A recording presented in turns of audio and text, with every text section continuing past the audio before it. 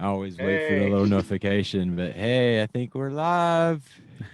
Red Here lights we on. go. So exciting. So exciting. You guys ready for some movies that molded me Heck with yes. JT Barnett from the Tiger King? What? Hashtag Yeah. free Tiger King. What up? What up, peoples? Hey, these are the movies that molded me. These are the movies that molded me. I love the movies. I love the movies. Hey, one love. Hey, I like the movies with the boobies.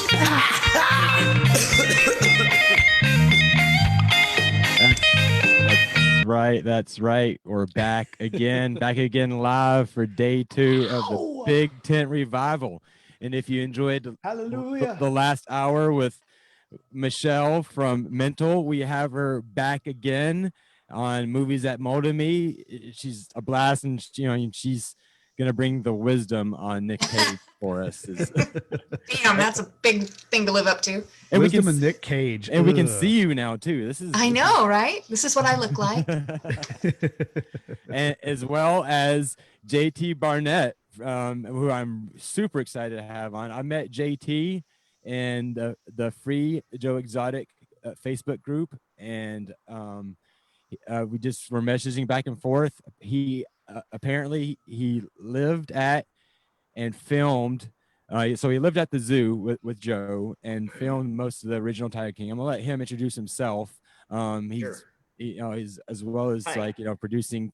Yep, go ahead, JT. I'm JT. I've produced and shot a lot of film and television. I produced Cheaters for 10 years for Bobby Goldstein. I left Cheaters in about 2009. I started producing with Joe, working on his reality show in 2012.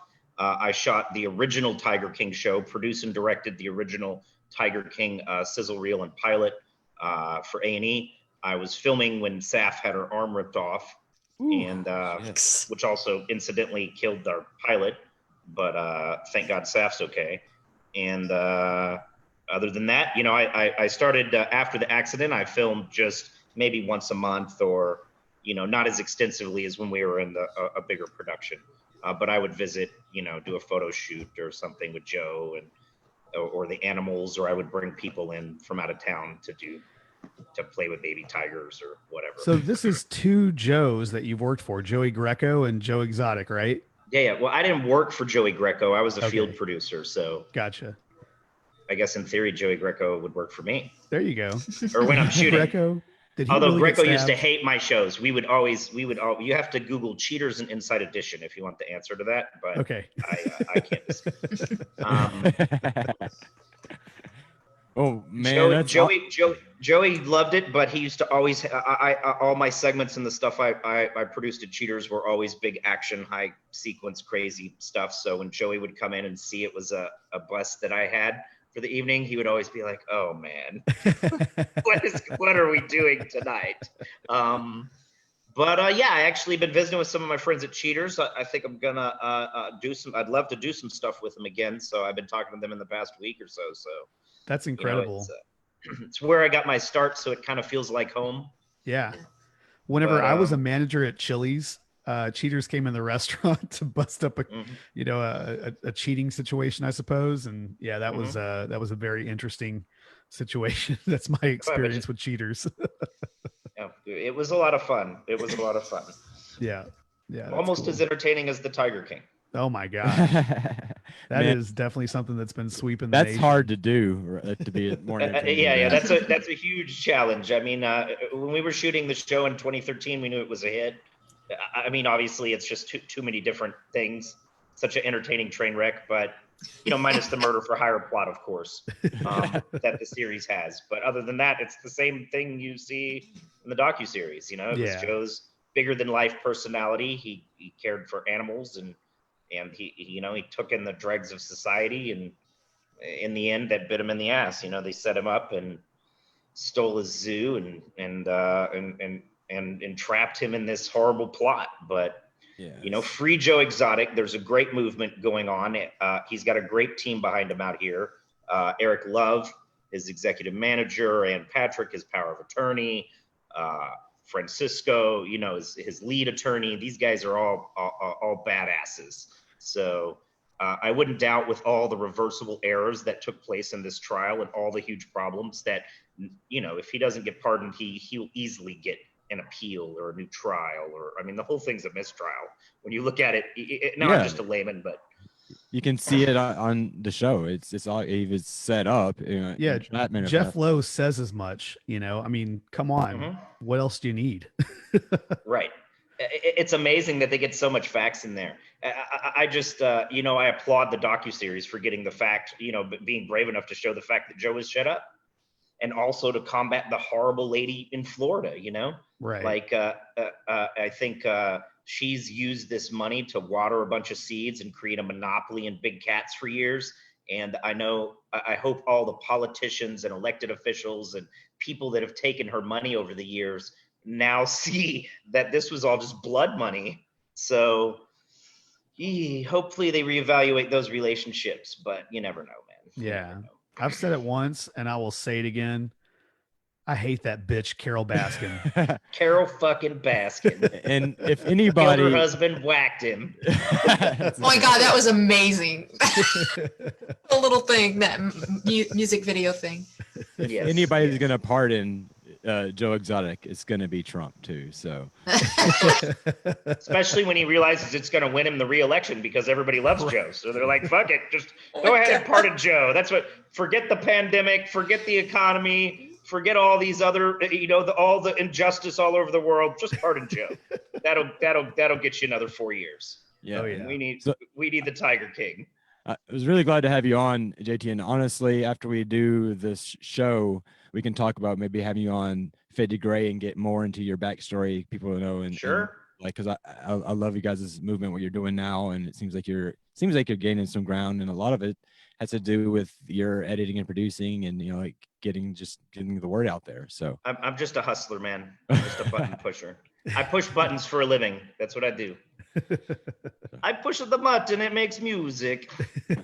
So and right now we are live, and I have shared this into a couple groups, and I shared it into the Free Joe Exotic group. So I don't know if the admins are gonna allow it, you know, but hey, we're gonna talk Tiger King. Well, there's only 350,000 people in the group, and in defense of that, a post comes in every second. Oh yeah, I'm not exaggerating. Yikes. Every second a post needs approval. As soon as you approve one, there's 2 more. It's like they're, you know, It's exhausting. they got a great team of mods and admin and a great admin in there. It's a great group. It really is. It's a lot of fun. Group. It's a good group. Yeah. We'll have to make sure we get Christopher back in there. Please. I miss it. Yes. The troublemaker. But yeah, so Nick Cage, they have chosen Nick Cage to play Joe Exotic in the Joe Exotic movie. What do you think about that, JT?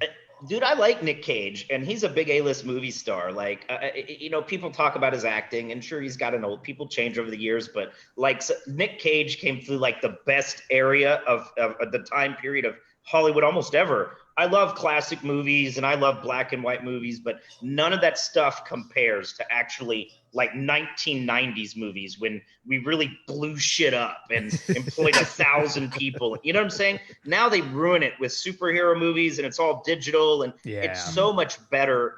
Now, granted, the best films are a mix of digital and CGI. I mean, CGI and practical effects. Right. You know, but you just can't. I mean, how is this for immersion when you're really blowing shit up around your actors? I mean, this, and Nick Cage came through the we're gonna blow shit up era of films. Like, this is where he got started and became huge. I mean, so I like Nick Cage. I mean, Nick Cage is a big name for Joe. There's a lot of different projects out there. I think he'll do Joe Dust. I think Joe will like this. I mean, Joe's got to be a Nick Cage fan. You know what I'm saying? Yeah. We never discussed this, but I mean, he lived through all these big movies. I'm sure we're going to be discussing today. In fact, I could take a short little section of years where I'm like, okay, these are every one of the movies I like is going to occur between a short time period. I think one of my movies may not be on your list then, if you say that. Yeah. I did like, you know, Fast Times at Ridgemont High Was his, Yeah. was it Well, breakout role? let's slow Get roll. ahead, get ahead. Cheating, no cheating. We'll let Chris go ahead and like I'm fishing. Oh, I got you. I was quickly- fishing and I got a nibble. quickly establish ground rules for anybody who's listening online who maybe has not checked us out before, doesn't know what Movies to Mommy is all about, and then we'll we have a little game to decide who goes first, me or Chris, because it doesn't matter. Well, I don't think it even matters anymore, Chris. You know what? In fact, I am such a good guy. I'm gonna go last. All right, I like that. I prefer you over me anyway. So just explain the ground rules real quick. Oh my goodness. And we'll kick it off. All right, so Movies That Molded Me is a game show podcast where we all come with our list of top 3 Nick Cage movies. Whenever we give our movie, we all vote on it based on the grayscale 0 through 5.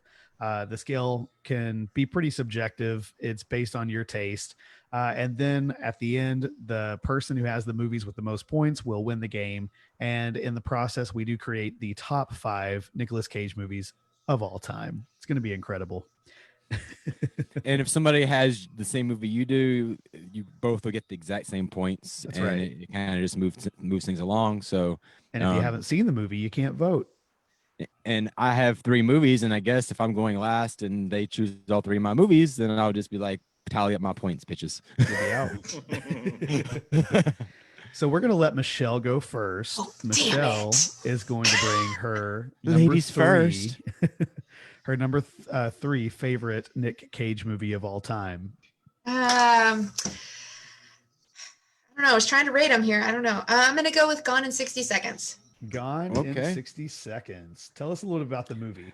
My movie was gone in 2 seconds. Just like that. Basically, guy's family is in trouble. He has to steal cars to get him out of trouble. And they destroy a really badass car, which is a very big tragedy, in my opinion. But in true Nicolas Cage fashion, he does save, I think it's his brother, if I remember right. It's been a while since I've seen it, but I think he saves his brother's life. I think they destroyed like a dozen cars in that. Well, they did, but wasn't there that, it was like a Mustang, wasn't it? I think it was a Mustang. They destroyed like literally a dozen of them. I'm telling you, they probably built a dozen or 12, and 2 or 3 were wreck 'em, bang 'em ups, and then That's such a one shame. was roll up and look nice. And That's a shame. So this movie was shot or released in 2000, and I remember at that point in my life, I was a huge Angelina Jolie fan. When I say fan, spank bank material type fan. Oof. And her blonde with the dreads in this movie was probably my favorite Angelina Jolie role.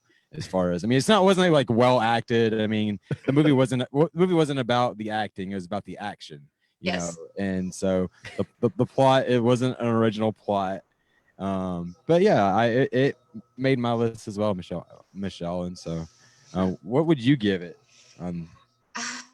And you said it's 0 to 5 is the scale, right? Correct. 5 being the best, 0 being the worst. I'm going to give it a 4 because I really liked the car chases and stuff in it. So I'm not a big Nicolas Cage fan per se, but I mean, I like the action part of it. So Yeah. Okay. Yeah. All right. JT, what would you give Gone in 60 Seconds? a 5. A 5. Oh wow! Damn. Shoot. Okay. I'm Well, a car guy. I'm a car guy. And Angelina Jolie, it's got amazing stunts, and like the whole thing is like a giant stunt. I mean, it's a great film. It's a great film. Okay. We can talk about it more later. Yeah. It's going to be on my list. well, go ahead. If it's on your list, go ahead and tell us more about it. Yeah. Which one would this be? What position would you put this in? I'm going to put it at number 1. Oh Damn. wow! This is no wonder it was number 5, so that makes sense. That Yeah. makes sense. As far as I mean, blockbusters.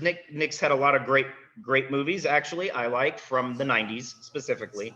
And this is coming off the tail end of the '90s. I love classic cars. I love a good crime drama. The movie's pretty well written. It's got a bunch of great characters who would go on to be huge A-list stars, including Angelina Jolie.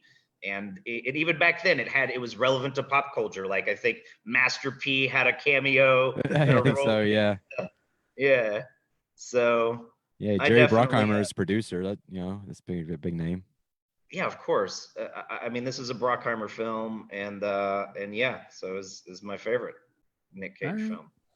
Very cool. Omar, This was on your list too, right? Yeah, it was on my list, so I'll go ahead and talk about it. I mean, technically you'd be ahead of me, but it was my number 3 movie on my list. And so I'd give it a 3.5 on the grayscale. Mostly I'm not as much of a car guy. They're beautiful cars in the movie, great chase scenes.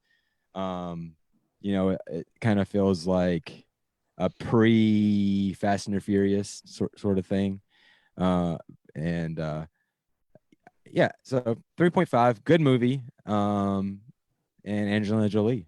So is she the whole 3.5 points right there? She's at least a 1.5. Okay. Hell, give her 2 points. I give her 2 points. You know what? You're right. I should probably bump it up to a 4 just for Jolie. Just for Jolie. So I don't love these kind of movies, like car chase movies and stuff. So I apologize. I've never seen Gone in 60 Seconds. I'm sure it's fantastic. So that's seen it? I've never seen Really? it. No. Yeah. Oh my god. And you're a Nicolas Cage fan? I've never said that I was a Nicolas Cage fan. Oh, okay. I just assumed. My bad. I'm not saying he's bad. I'm not saying he's good either. I think he's hit or miss. But yeah, so Gone in 60 Seconds is going to get 12.5 points out of 20 on the grayscale. It's not too bad.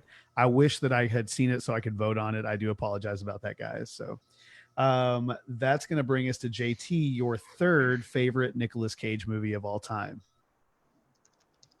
My third Nicolas Cage. I'm waiting for this. I forgot my.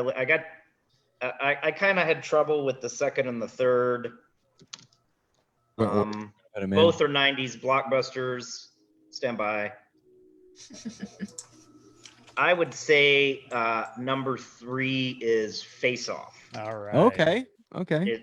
It's directed by John Woo. Mm-hmm. Big, Hong Kong action sequences. It's really over the top, but it goes back to what I'm saying. We're really shooting all this stuff and blowing shit up, and it's just like an entertainment ride we don't get anymore. Now we just get superheroes and digital stuff, and and maybe I'm biased, and the more I've worked in the industry over the years, I actually appreciate the film more now than when I was young. I was young when I saw it, but it came out in 96 or 97, I think. But it's just, now that what goes into production and the team, filmmaking is a collaborative art. So now that you see how what a kind of a team and what all had to go into this, and it's actually dangerous when you're really blowing shit up. So right. I love Face Off is cool. It's got John Travolta. It's a good action film. Yeah, it's directed by John Woo, a Hong Kong action director legend. So for me, I'm like, Nick Cage is pretty cool. Swapped his face with Travolta, got some different dynamics. The story's pretty good, so as my list of Nick Cage films would be Face Off was number 3. All right. Okay. And what would you give Face Off? A 4. A 4. Okay. Fair. All right. Michelle, what do you think about Face Off? Yeah, I think I'm going to go with a 4 too, because honestly, again, it has Travolta. I like Travolta. Later in life, I like Travolta. I remember when it came out. Travolta. Exactly. I remember when it. Travolta. Actually, okay, but I liked him in the Sweat Hogs too. Whatever. Welcome back, Cotter. So, anyway, but I do like him when he's older. So he's a big plus in that movie for me. The premise, a little fantastical, but I kind of liked it, and it kept the suspense level pretty decent. So it was a semi-decent movie. I'm going to give it a 4. Okay. All right. I just watched Face Off yesterday.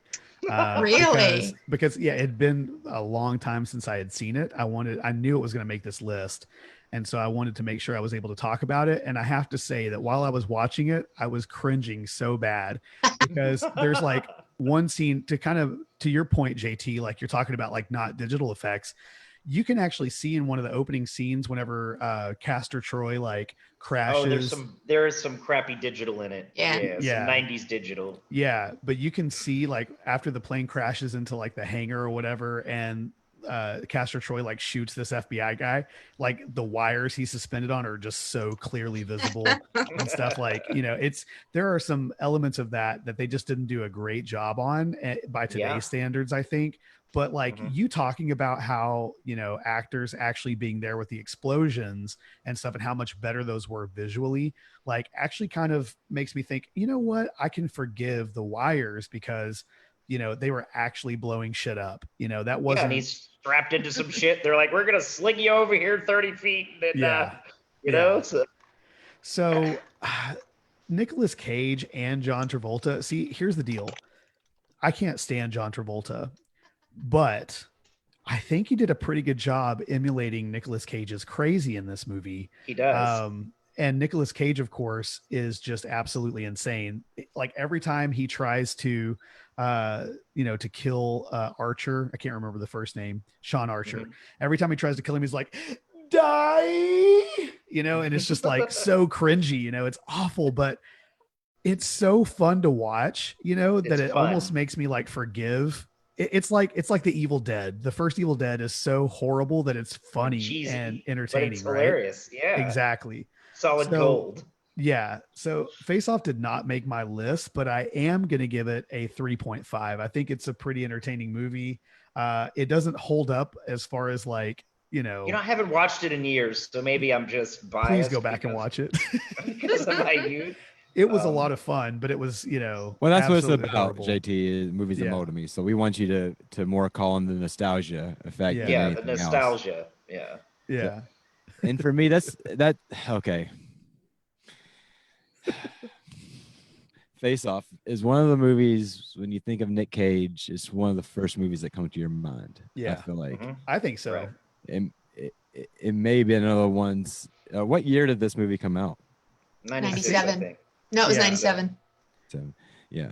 This may be, so this was predates Gone in 60 Seconds even. So this may be one of the, is this one to be one of the, like the more. It was one of the breakout. It would be one of the, I mean, he had a lot of films before this, but it was one of the exactly. roles I was gonna say that the same propelled thing. him to stardom opposite John Travolta, you know. Yeah, exactly. This crazy criminal. And as far as and John Travolta at that point, like you guys say you didn't like him, but he was popular. He was. Oh, this is fucking Pulp Fiction time. Yeah, like, he was he's an A-list actor. The man then. And Nick Cage, you know, held his own with him. So at that point too, so that's what propelled him. But do I like the movie? It's so bad. I'll give it the same rating as I gave Gone in 60 Seconds, which is saying a lot because I like Gone in 60 Seconds, but 3.5. Okay. This another problem I have with the movie, just really quickly, like even if you were to take someone's face off of somebody, it's not going to look the same when you put them on a different bone structure, but whatever. It's going to look like Frankenstein. Welcome to Frankenstein. That's what I say. It was fantastical. It was just out there. There's a lot I don't know. We have some really fantastic shit they put on the TV these days. True. Take my whole consciousness and transfer it to something else. Yeah. Or maybe even like a gay man running for, you know, governor in Oklahoma. Governor and getting 20% of the vote. That is fantastical. Have you seen that upload on Netflix? It sounds like that's what you're, or not Netflix, Amazon Prime. It sounds like that's what you're. Oh no, you know, there's Upload, Altered Carbon. There's a whole lot of series. Altered Carbon's great. First season. Yeah. You know, I like the newer season, but the first season kicked ass. Yeah. I forgot both the actors' names. I just drew a blank. Me too. The first season actor played the Punisher a while back. I thought he did a kick-ass job. Oh, and he was also in The Walking Dead. Like, I love this guy. This guy's a great actor. We'll let ourselves off the hook though, because it's not Nick Cage, and it's not Nick Cage. So I didn't. All right. So did Face Off make anybody else's top 3 list besides JT's? So Face Off is going to end with 15 points on the gray scale. Wow. Not so bad. 15 out of 20. Better than Gone in 60 Seconds. I wish that was on my list. That's right. That's going to bring us to my third favorite Nick Cage movie. And I'm in a bit of a dilemma here because I actually have 5 movies here just in case we were going to do 5. I'm glad we're only doing 3. Hey, so that's cheating. You can only bring 3 with you. That's not fair. Or I'm changing. More in his pocket. The funny thing got an is, extra one in my. The funny thing is that none of mine have even been mentioned yet. I'm going to go with 1997's Con Air. This is Simon West directed. It's an all-star cast as John Malkovich, Steve Buscemi. Give me a minute. Yeah, no worries. Nick Cage plays an honorably discharged Army sergeant named Cameron Poe, who is paroled and unfortunately has to be transported on a plane with several high-profile murderers and rapists, and chaos ensues. It is a typical, big budget, blow them up, big explosion, fun movie. I would say that this one is actually done better than Face-Off, though. It's not as cringy. Nick Cage is pretty calm in the movie. He's kind of playing like the calm badass character, which I think he's better suited for because his maniacal characters just really take me out of the movie. But him kind of calming down a little bit actually lets me believe his character a little bit more. So yeah, I like this movie. It's very funny at times. You even have what's that machete guy's name? Anyway, you have that guy in this movie. All-star cast, pretty fun. All-star machete guy. Yeah, I can't remember his name. That's his name. That's his name. He's the guy in the Snickers commercial too. Anyway, Danny Trejo. Okay. Yeah, Danny Trejo. So anyhow, yeah, I give Con Air just because it is a lot of fun. It's not a great movie, but anytime it's like playing on TV, I'll sit there and watch it. I'm going to give it a 4 on the grayscale. Yeah, that's generous. Is it my turn? Well, hold on, Michelle. Vote it? No, it's Michelle's turn. Michelle, what do you think about Con Air? Actually, Con Air was one that I debated putting on my list. I actually liked that movie a lot, but I think you're right. Nick Cage kind of stayed in the background a little bit on that as far as the acting, like his flair for drama. But John Malkovich, I mean, how do you go wrong with John Malkovich? He's such a decidedly evil character. Always, he's amazing. Oh yeah, John Malkovich is dope. Yeah, he's something else. And what's his name? Steve. Buscemi. You just said it. Buscemi. Oh, Steve. That Buscemi's dude in it is too. hilarious. He's just awesome in everything, Connor's even though pretty he's good. so weird. But I think I liked it a lot too. Like I said, I debated put it on my list, so I think I'm gonna go like 3.5 on that one though. Cool. JT, what do you think about Con Air? I'm gonna also give it a 3.5. It's pretty dope. I like it. I like the subdued Nick Cage, the ex-ranger who accidentally killed some people. Yeah. That's locked up on an airplane with a bunch of serial killers and mass murderers after he's released, because I'm sure this is how the justice system works. When Right. you get released, they're like, hey, let's take all the scariest motherfuckers in here and put them on a plane. Oh, hey, are you going home? Here, go sit by this guy. He ate his mother, but don't worry, he's going home. Don't tell him you're going home, and he probably won't eat you. Yeah, it is absolutely ridiculous. I like it though. I like Con Air. Con Air is another big budget, same years. All the movies 97. I picked. Yeah. I debated putting Con Air on my list, but I did not. Well, you guys are very generous. Very generous. Con Air, golly. I'll give it a 2.5. It's higher Oh, than I thought you were going to give it. It's higher than I thought I was going to give it, but I give it at least a 0.5 for some nostalgia, because when it came out, I did enjoy watching it. So there is that, but it wasn't like I hated the movie. But no, doesn't hold up for me. Was not one that I think of fondly. But I do remember it being one of those things that came on TV a lot for a while. And I didn't watch it when it came out. I didn't go to theaters and watch it, and so I ended up catching it on TV, and I didn't turn it. But the next time it came on, I did though. So yeah, so 2.5. Okay. That means that Con Air is going to get a 13.5 out of 20 on the grayscale. Wrapping up the third round, Gone in 60 Seconds has 12.5, so it is in third place so far, followed by Con Air with 13.5, and then Face Off in the lead with 15 points. We're now at our second favorite Nick Cage movies of all time. So we'll start out with Michelle. Michelle, what is your second favorite Nick Cage movie? I debated on this one. I'm gonna go with National Treasure. Okay. God damn it. Why did I ask you on here anyway? Like, Why did you? if you're gonna choose every one of my movies, Sorry, that's what happens when you give a woman a voice. That's what happens. was that your husband in the background? That was my son. Yes. Oh, what- Are you guys ranking Yeah. Nick Cage movies? Yes. I just heard this question. Are you guys We are. ranking Nick Cage movies? Like, why would you do that? What's wrong with you? I'm just enjoying the fact that I'm messing up Omar's day. So no, I'm kidding.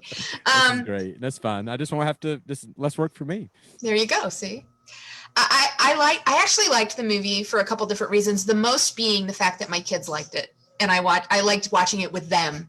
They had a good time with it.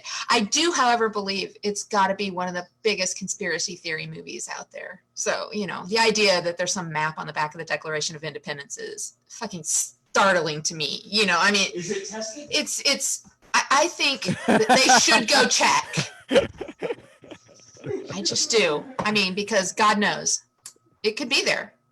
Freemasons and all that stuff. I mean, it could all happen.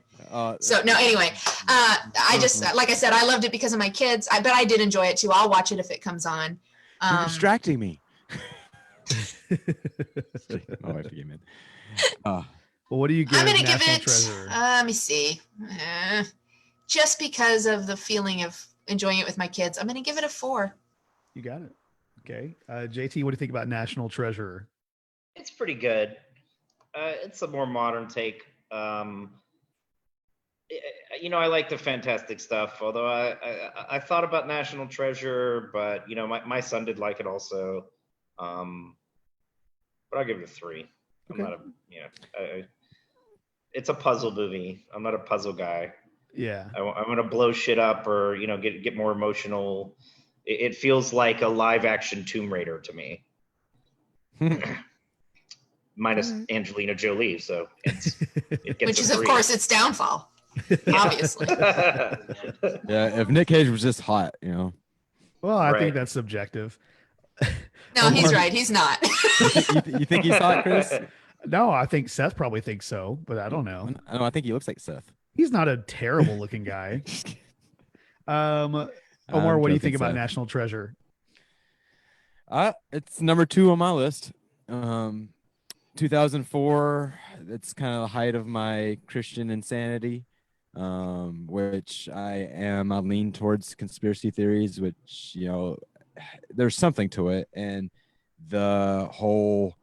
Obviously, I don't think there's a map on the national back of the Declaration of Independence, but the Freemasons intrigue me. I have spent a lot of time kind of like, I don't want to use the word research because most of it's Google and things like that, but there have been That's research. People that have come out of Freemasonry and had their experiences, want to share those. In fact, Faye DeGray has some interviews coming up with the guy who used to be a 33-degree Mason, and we'll ask him about National Treasure, how real it is.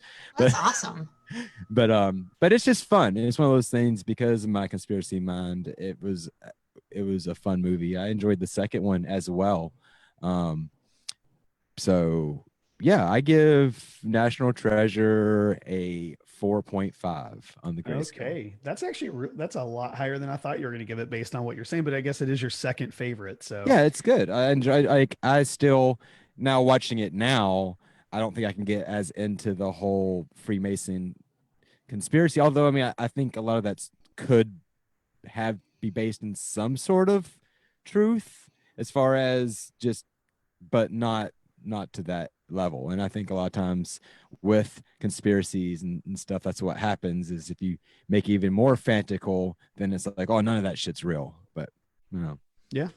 Well, unfortunately, I have never seen National Treasure. I'm not a big fan of Disney movies. God, you're a son of a And, bitch. Yeah, I've just never seen it. So Yeah, do you see any of these, Chris? Or I don't see Disney movies. I don't like cartoons. I know this isn't a cartoon. Really a but Disney Cartoon, though. movie, as far as when you say Disney movies. I think it is a Disney there movie. was no though, right? princess. It's just not my thing. I don't know. Sorry. National Treasure is going to end up with an 11.5. By the way, JT, don't put him back in that group. We don't need more people like him. Sorry. Tastes are obviously flawed. So I'd rather watch Tiger King. National Treasure gets an 11.5 on the grayscale. That's going to bring us to JT's second favorite Nick Cage movie of all time. It's an early Michael Bay film. It's the same time period would be The Rock with Sean Yes. Connery. Oh yes, that's a good. Yes. Nicolas Cage. That's a good This is probably, maybe this is even after discussing with you. I'm a big car guy. This had a close to be my favorite film. I like, he's like the chemical engineer. Now I haven't seen this in years either, but it's got Sean Connery, one of the original James Bonds. Yes. The production's really cool. Like, I love it. The Rock's a great. It's written well. It's got some great characters, dope action sequences. Oh, it's Michael Bay, so everything shot at sunset and everything explodes. So we're only shooting for 2 hours a day, sunrise and sunset, and we're blowing shit up the whole time during that. that works. So yeah. So it would be The Rock. All right. And what would you give Rock on the grayscale? A 4.5. 4.5. Michelle, what do you think about The Rock? Well, that is number one on my list. Wow. Okay. It's one of my all-time favorite movies. And less so for Nicolas Cage and a lot more so for Sean Connery. Yes. So you guys give points for Angelina Jolie. I'm going to give all the points for Sean Connery. I don't dig Sean Connery in the James Bond days, but I dig older Sean Connery. So Ed Harris too, though. Yeah, Ed Harris is okay, but he played Ed but he played a shitty Marine, and I was a Marine, so he kind of pissed me off. So I was like, I don't I really like when care he for Ed plays Harris. shitty characters. I love him. Yeah, in, he's good at shitty characters. that Good in HBO He's great in Westworld. Yeah, Westworld. He's great in. Yeah. He's great in Westworld. Yeah. But seriously, that I liked the drama of the movie too. I'm with JT. I like the sunsets, the sunset scenes. Yeah. I like the explosions and the intensity behind it and everything. But hands down, the movie is made for me by Sean Connery. So I give it a 5. Oh, wow. Okay. The Rock gets a 5 from Michelle. I remember The Rock. I've seen it once. I do remember going and seeing this in theaters. I enjoyed it. It's not something that, I think that I don't know, if I were to experience it again, maybe I would think more highly of it. But it's not a movie that really did much for me. And I do like Sean Connery, especially in his later movies. I thought he was great. But I'm going to give The Rock a 3. It was entertaining. Certainly, it's got the feel of that 90s time, which I'm also pretty fond of. So yeah, I'm going to give it a 3. Omar, what do you think about The Rock? Great movie, great pick. Man, honestly, when I was making my list last minute, I think I would have put it above Gone in 60 Seconds. It's going to get a higher ranking. I'm going to give it a 4 out of 5 on the grayscale. It's just an intense movie, I think, and a lot of that is the nostalgia of it, because I remember being so into that movie, especially the end. It was so intense, and he's trying to get that exploding ball before it rolls off the end, and you're just like, 1996, I'm 16 years old. This is one that I did see in theaters, and another action. Yeah, loved it. Great movie. Wasn't so much for Sean Connery for me. His voice annoys me. Because you are not a female, my friend. his acting is fine. I'm not gonna shit on his acting. It's just I hate when he talks. Nope, that's my favorite part. But yeah, so 4 out of 5 on the grayscale. All right. That's going to give The Rock a 16.5 out of 20, which means that it is actually now in the lead. So that's going to bring us to my second favorite Nick Cage movie of all time. And I'm going with 1987, Joel Coen directed Raising Arizona, starring, of course, Nick Cage and Holly Hunter as Hi and Ed. Of course, Nick Cage plays Hi, who is a recovering criminal that falls in love with a jailer named Ed, short for Edwina. But of course, reformation flies out the window when Ed finds out that she's barren. So they kidnap a child from a set of quintuplets, and chaos ensues, which is like the theme of Nicolas Cage movies. But this is the first Coen Brothers movie that I remember. Son, you have pantyhose on your head. It also has like John Goodman in it. It's really good. It's so much fun, and just the style of the Coen brothers, I think this is kind of where they really like hit their stride, where they kind of took off. I really love the feel of the movie, and it's so much, it's, of course it's ridiculous, but it's zany and fun. And this is whenever I think Nick Cage was best, like in this era, whenever he first kind of started out. You have movies like Peggy Sue Got Married, where he's not quite a star yet, and he's kind of, I don't know, he seems like a different person really than he did in the 90s. I don't know if it was too much cocaine or what, but he's very likable in this movie, and a lot of movies he's not likable. It's his best acting movie for sure. I don't know about that, no, but it's good. It is. Good. It is. He acted the shit out of that movie. It's a great role, and I love this finish. movie. He acted the shit out of that movie. Yeah, this is a great movie. I'm going to give it a 5 on the grayscale. It is incredible. So, Raising Arizona, that's my second favorite one. Michelle, what do you think about Raising Arizona? Liked it. It was just cute to me. It was too cute almost. Kind of formulaic. But I did like the movie. That would be like a Saturday afternoon. I'm going to go to the movie by myself because my husband would never go see that with me. So I'm going to give it like a 3.5. Okay. JT, what do you think about Raising Arizona? It's pretty good. It's also too cute for me too. So I'm going to give it a 3. Okay. We're obviously explosion people. Yeah. I need explosions. Omar, what do you think about Raising Arizona? Well, I think this new format for our game is good because it makes the podcast go a little faster, but it sucks if you're the fourth person because I have not got to bring any movie to the table today. Was this your number one? This was my number one. Oh, 100% Coen Brothers. Probably my favorite directors at all. And this is, I didn't even realize this is Coen Brothers. I was 7 years old. I was 7 years old when this came out. And so I watched this as a kid. Probably many times. I would say I'm at my mom's house. I'd probably ask her, but I'd say this is probably on her list of some of her favorite movies because I was introduced to it so early.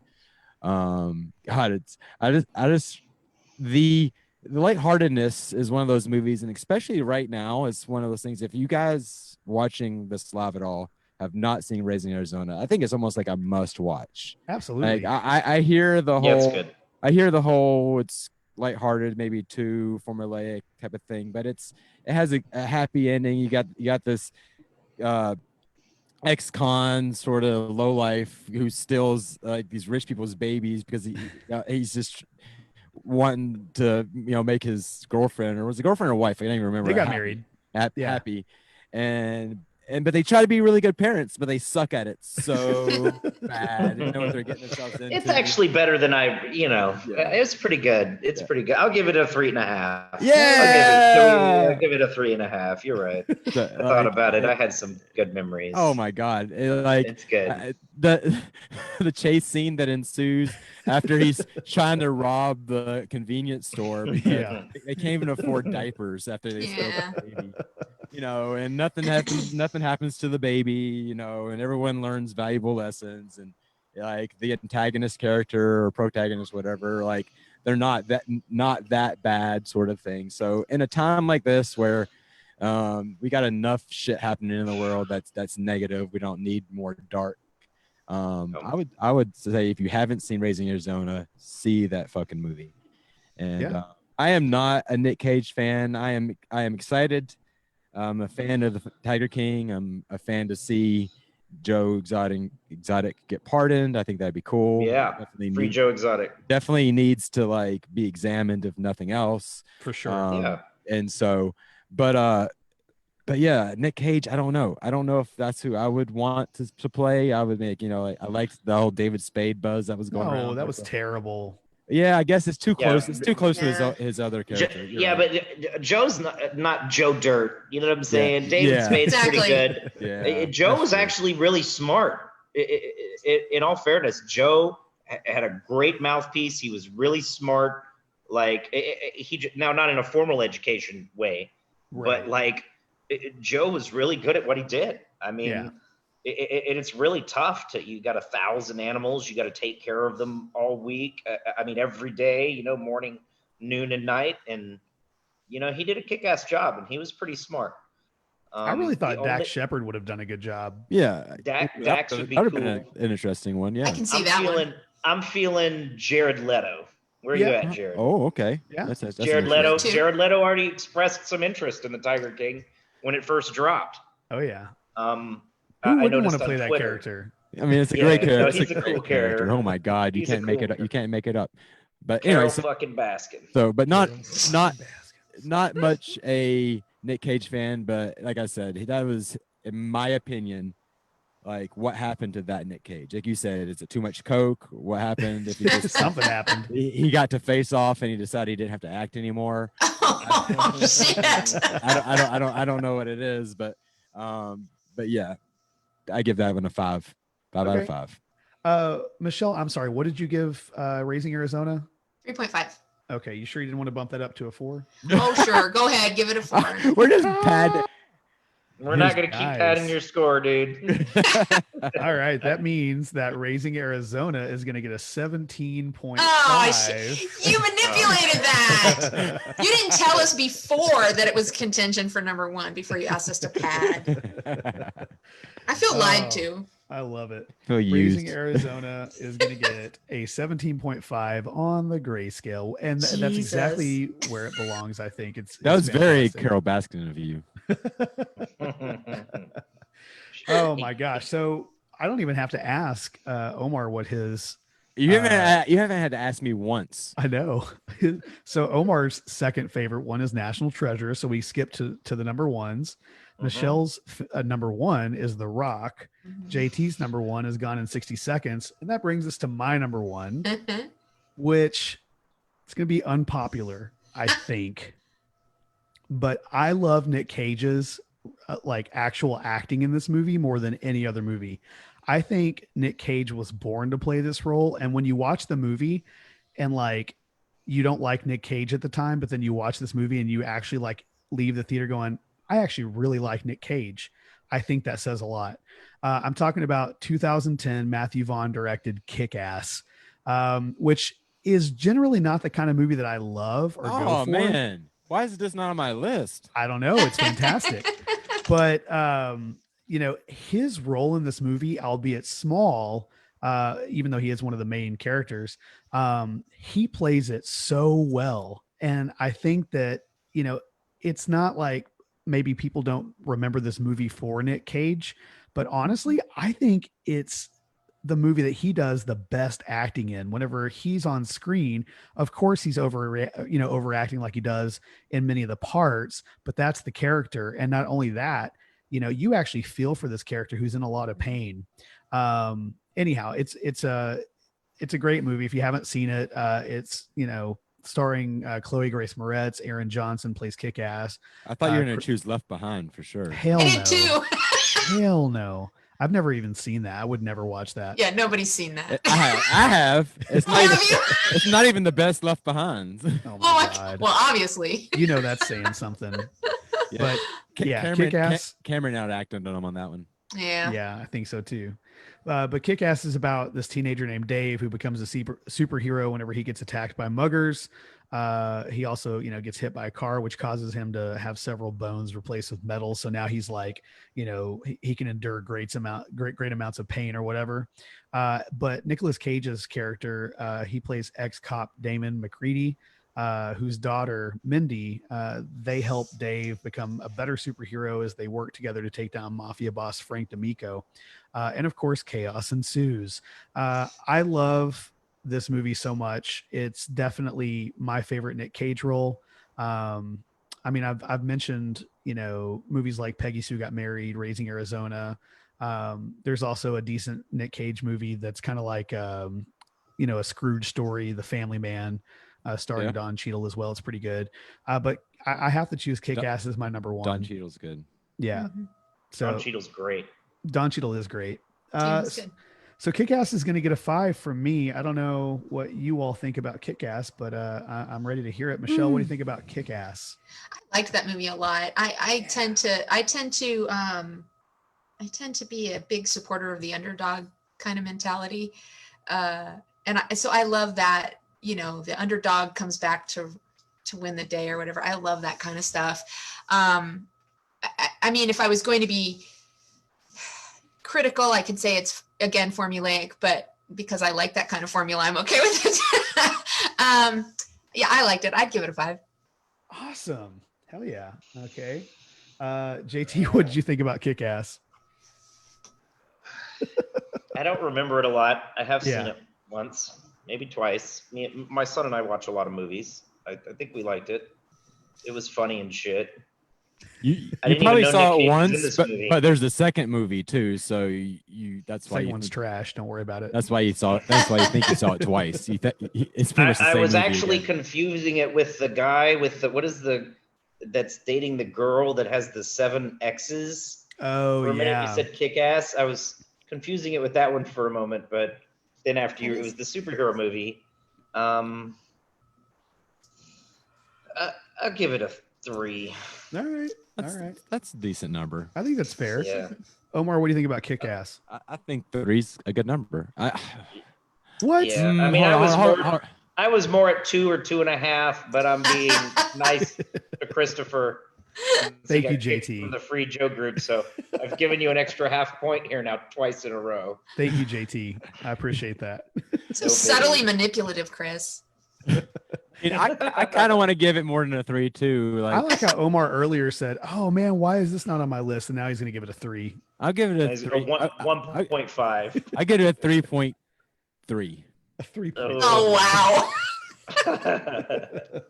It's precise. I'll take it.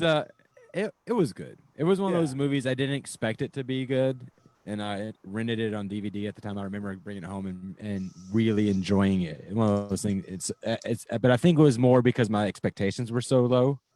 I didn't expect to enjoy it, and it caught me off guard. Yeah. But like you said, JT, you can't even really remember Nick Cage's role because he doesn't have a very big role at all. It has nothing to do with Nick Cage. Right, he's in the movie 5 or 10 minutes, I think. Yeah. Yeah, it's more about the kids and the underdog and stuff. So as a movie, it's a good movie. A little bit more, but okay. Yeah, 30 minutes. it is a smaller role. You're right.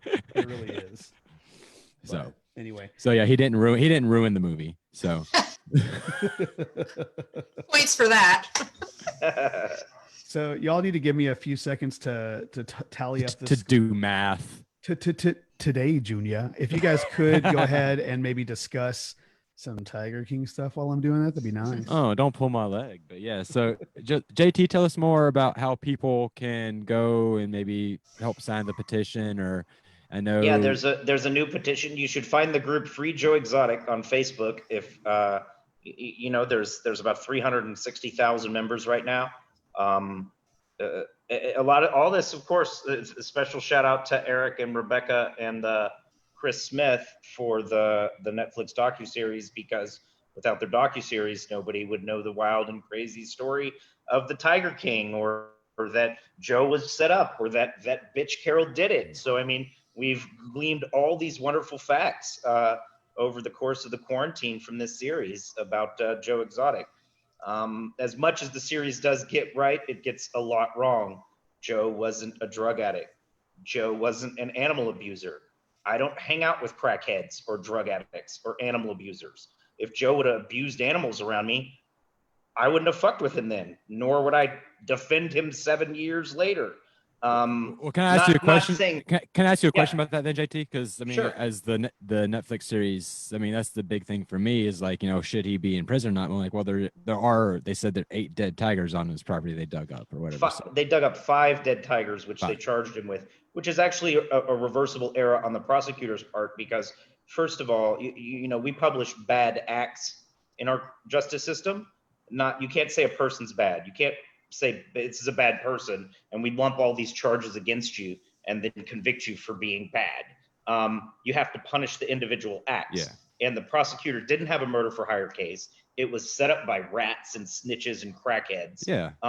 And so what she did is she lumped in these animal rights charges they came up with to bias the judge, to bias the jury, because okay, if it's the murder for hire plot, you know, he's a bad guy or whatever. But the moment you start killing endangered animals or whatever, you're a piece of shit. Like, I want to see you fry. Like, I'm sure they came back like, oh, you killed some to fry this motherfucker. And to look at, it's ridiculous because Joe worked at a farm, a tiger ranch. Animals die all the time. These are tigers. They kill each other. Like, I mean, they're powerful animals. They get bit by snakes. They get, you know, you're on a ranch in rural Oklahoma. And to say that in the course of a decade, out of hundreds of big cats, Joe killed 5, I mean, that's ridiculous. These are animal, and Joe didn't kill any animals. If you'll notice, anybody that, when the tiger takes my foot, when the 450-pound tiger gets a hold of my foot and starts dragging me around the arena by it, I'm going to shoot that motherfucker. I'm sorry. It's a tiger. It can kill you. You don't realize, and you got to realize how your adrenaline, it's dragging you around. Plus, these are not tame animals. These are wild animals. So he's dragging you around like food. When's to say one of the other 6 tigers in the area. So when I draw my gun, I'm shooting a warning shot. But if the tiger doesn't let go of my foot, like, I'm shooting it. I've seen, you know, in Saf's accident, the tiger wasn't trying to hurt him. The tiger was merely swiping at his arms to play. And that little playful swipe removed all the meat from the elbow down in the hand because they're so powerful. Oh my God. So when the tiger is dragging Joe around by his foot, this is a great example. What does he do? He draws his gun. He shoots some warning shots to the percussion, you know, to scare the animals. And he'll tell you many times. I mean, this is just not something he does. It's ludicrous, and it's a lie that's perpetrated by radical animal rights groups. PETA says this stuff all the time. PETA attacks people all the time who actually all they do is live, breathe, and eat, taking care of animals. Meanwhile, PETA spends 90% of their money killing animals and less than 10% actually helping animals. So it's completely hypocritical. It's completely ridiculous, to be honest. To lump those charges in on Joe, you know, they did this. This is a reversible error, though, so I'm glad they did it because the prosecutor had the weak case, and she thought nobody's gonna give a fuck about this redneck from Oklahoma. But unfortunately, now hundreds of millions of people have seen it, and now he has millions of fans all over the world. So they have to have some accountability. I find it unfortunate in this country we have a money system, not a justice system. You know, if you have the money, you know, it preys on people of color specifically, or impoverished people, people who can't afford to fight the system. Meanwhile, people with money can rape, be pedophiles, do whatever they want, deal drugs, and just keep on doing it because they can afford to pay the system. Fuck yeah. If you're a government, you can sell pot, but not if you are a father of like 4. You know. So. Right. Well, cannabis is just a plant. Yeah. Meanwhile, we could put all these. You know, we get really far away from. You know, and I'm not discrediting science or pharmacology, but it's like your body is a spiritual organ. Your brain's a spiritual organ. We can talk about chemicals it secretes and everything else, and you know, it's like we can analyze every single part of the atom. Tell you these are what these different parts do of the atom or cell, but what energizes that? Where does the energy for that come from in the first place? You know, so there's a lot of stuff that exists outside of us that we don't understand, and we try to say we do by science a lot of times. But yeah, I'm not a I don't know where I was going. I kind of segued pretty far from Joe. It's all good. And like I said, we were talking about cannabis. Yeah. You know, cannabis is great. Helps a lot of people. It's just a plant. You know, it's unfortunate it was lumped in the 50s into this reefer madness thing, you know. And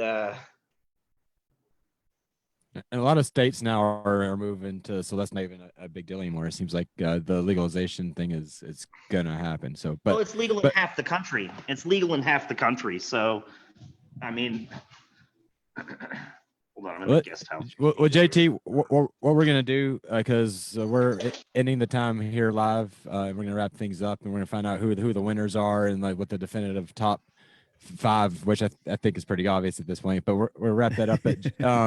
We'll talk a little bit more off air, and like I would love to set you up for like an actual being our regular show. and get to know more about you and talk about some of these issues and really dive into some of this free Joe Exotic stuff. So yeah, for sure, I'd love to do it. So awesome. just Let's let me know find how out. bad I watched the game. yeah, so who won? Who won this game? I'm a loser. I think Chris definitely That's did, okay. but let's find out. I think he All right. stacked the deck. So Yeah, the guy keeping score won. Yeah. Imagine that. but here's the deal. It's like Monopoly. Here's the banker. deal is that it normally doesn't happen. But maybe it didn't. Let's see. Coming in at 5th place, we've got Con Air with 13.5 points on the grayscale. 4th place is Faceoff with 15 points. Not bad. His face off. In 3rd place, we've got Surprise Kick-Ass with 16.3 points on the grayscale. In 2nd place, we have The Rock with 16.5. And in 1st place with 17.5 points is Raising Arizona. I am super stoked about that list. All right, let's see who lost the game. Elizabeth says if Chris wins, it's because he's bad at math and we're not checking it. Right. I agree. All right. With 40.5 points in 4th place is Michelle. Oh, shit. Well, thanks for being here, Michelle. Is there any consolation prize? Is there? We'll have you back on as a guest soon. With 41.5 we'll send you a Poor Seth mug if we have. There you go. There you go. With 41.5 points in 3rd place, where he belongs, is Omar. Oh. You took all my movies. In 2nd place, we've got JT with 44 points, which means that I won this game with 47.3 points. JT, thank you for the pity points. I'm super stoked. I'm going to take those pity points back now. How many was I? Those 0.5s, I'd still win. Hey, okay. Yeah, we give Chris a congratulations. He doesn't win very often, so thanks. And I would like to just quickly say we did have people watching, but we completely forgot to take their questions and comments. But Chad Johnson, go ahead. Yeah, really quickly, Chad Johnson said something that I think is probably pretty accurate. He was like, ranking your top 5 Nick Cage movies is like ranking your top 5 Joel Osteen sermons. Yes. Absolutely. There was a lot of chatter about Growing Pains. I think our listeners were mad that we didn't give Left Behind more love. Oh, God. I'm going to use that one as a joke, and then before I understood the rules. Never saw it. Yeah. Guys, well, I loved it today. Yeah, thanks so much, JT, for coming on. Yeah, I know we can do it again. Good. I actually do got to dip out. Yeah. But I had a great time. I look forward to doing it again, and we'll talk soon, Omar. Sounds good. And Chris, I'll shoot you a request on Facebook or whatever, and we'll sort that out. Thank you very much, JT. Good to see you. Yeah. All right, guys. Have a good day. one. Get some rest. Bye. Yeah. You're awesome. Woohoo. All right. I love winning. Well, we're nearing the end of day 2 of this Big Tent revival. We only got one thing left, right? Yeah, join us back in an hour, and it's just gonna be the round table. We're gonna hang out, kind of decompress a little bit before me and the wife and kids get back on the road to go to Pennsylvania for work tomorrow. No, wait, I don't work tomorrow, for work on Tuesday. So, yeah. Thanks for catching us, Movies That Molded Me, and we'll see you on the other side. Peace.